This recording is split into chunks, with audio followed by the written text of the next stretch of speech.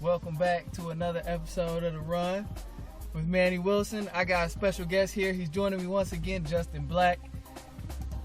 What's up, man? It's Justin Black. I'm glad to be back, man. What's going on? Okay, cool. So we're going to get into the first topic about the Dallas Cowboys, man. The Dallas Cowboys, They man. recently just lost. They do this every time. Every time they lose, it's just a huge change needs to occur.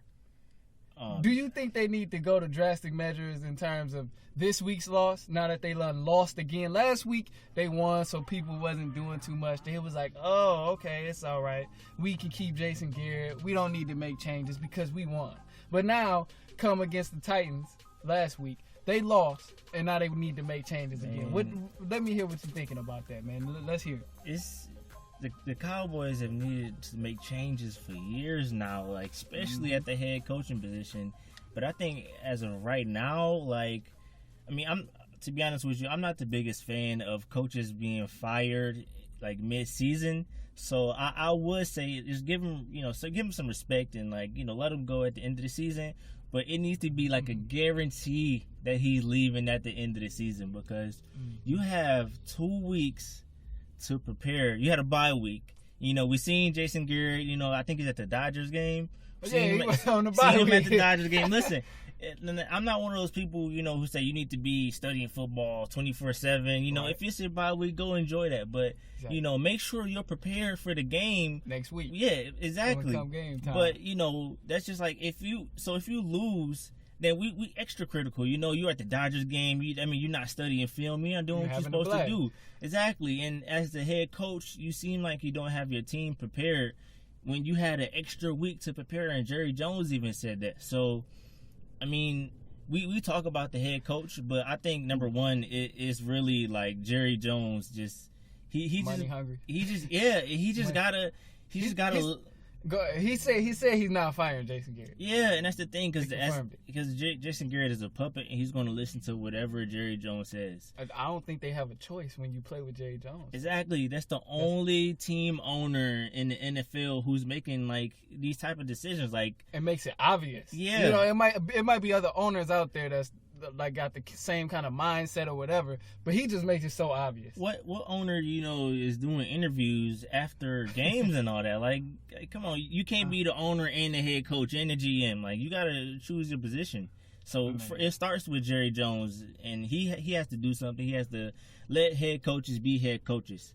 That's number one. That's the owner. And number two, he has to let go of Jason Garrett. Sir Clap-A-Lot has to go. All he does is clap. Touchdown, turnover, interception, losing 35-zip, clap a lot. All you do is clap. Greatest clapper. And third, which I think should be last, you got to give him more time, but he's had time. No, I'm saying third, but it's on Dak's shoulders. Dak Prescott, we have to give him more time. I feel like once you get a new head coach and Jerry Jones relaxes a little bit, you give Dak a little bit more time, let him adjust to a new system under a new head coach, and if he still doesn't work, then you have to move on from the quarterback too. But I think as of right now, you got to look at the head coach, because you've had limited success with this head coach, so you got to move on. I agree. I agree. In my opinion, they should have got rid of Jason Garrett, or they should be on the verge of getting rid of him. If not after this season. This season, I feel like this season was his decision maker, or should have been the deciding factor of if he stays or if he leaves. Because the Cowboys, they so-called America's team. They so-called all about winning. So-called all about, you know what I'm saying? They're all about winning. No. They're not about winning. That's what they claim. They're about making money. They're about making money. It's not about winning. Truth. That's the truth. They all about making money, and when you look at it in reality. But they claim that they're winners, and they big ballers all of a sudden. But you don't win. So that's what kills me. How are you gonna claim you're a winning organization or the top organization in the league, the best organization in the league, and you don't win? Man, because they're the top organization because they make the most money. That's exactly what it is. And they hold that to a different standard in terms of being one of the best football teams. In order for them to be the best football teams, I would have needed them to be in the playoffs every year for the last and go deep in the playoffs every year. Because it looks like to me that the New England Patriots has been the most winningest team so far. That's what it looks like. Most recently, it looks like the Patriots been owning the NFL. And I don't even like the Patriots. But if you want to base it straight off of winning, it looks like clearly the Patriots is the best team in the league. If that's what you want to go off of. You can't hate on the Patriots, man. The most winning franchise this decade. And you know, as far as revenue and making money, Dallas Cowboys, of course, have been the most successful. So if you want to say America's team as far as like the brand and the money and all that, then of course the Cowboys is America's team. Yeah, they got it. Yeah. Now I would say, I said it earlier on one of my podcasts way back. I was talking about the Cowboys. I said that they need to make up their mind. Like the Cowboys organizations, the fans, they got to make up their mind between what they want to do with the organization. Because like I said, one game, 1 week they win. It's like, oh, okay, we the best team. Yeah, we got it. You know, we going to the Super Bowl. They lose their minds. And then the next week come along, they lose. They like, oh, somebody need to get fired. Who's getting fired? I'm like, what?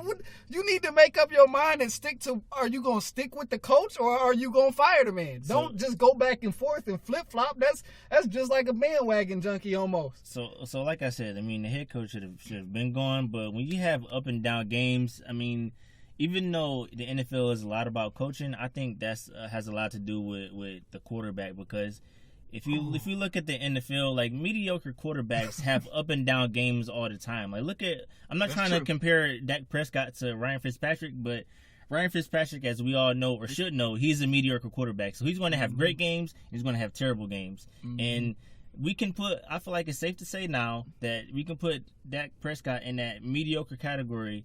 And because he has good games and he has bad games. Dak is pretty solid. He's solid. He kind of nice. I wouldn't say solid. He's okay. Dak is pretty solid. When they get rolling and they offense is clicking. That's true though. That's with almost any team. So I guess I can't say that. But Dak not bad, man. He's not bad. Listen, and he's still young, so he gonna improve. He gonna get better. No, he's on a decline. And when I feel like the decline. And if you for head coaches and quarterbacks, I look at this. Are you elevating the players around you or not? Like you look at Aaron Rodgers and Tom Brady. They have been playing with I want to say scrubs, but they've been playing with like pretty decent, OKC average talent players for the longest, but they've elevated those guys to get them to multiple playoff wins and for Tom Brady to get them to a Super Bowl.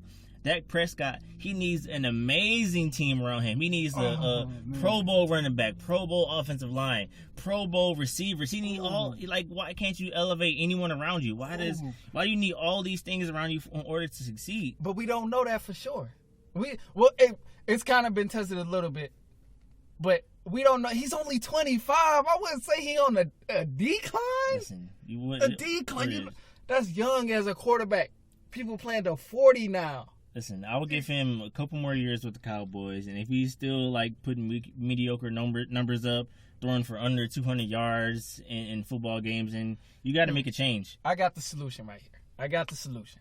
What it is, put Dak Prescott with the good coach. Put Dak Prescott with the coach who know what he's doing. Or put him with an offensive coordinator who knows what Dak can do. And I guarantee it'll be a different story. Because he'll start popping, he'll start looking good again. And he will be able to show off his arm a little more, throw the ball downfield. He clearly can run the ball when he wants to and when he has that opportunity. But he going to have more shine if he gets if he gets placed in the hands of the right coach or the right offensive coordinator. But if he's with the Cowboys, it's not happening. Clearly, it's not going to happen because they just going to keep him under Jason Garrett and the rest of the staff because Jay Jones said, we don't need to make changes.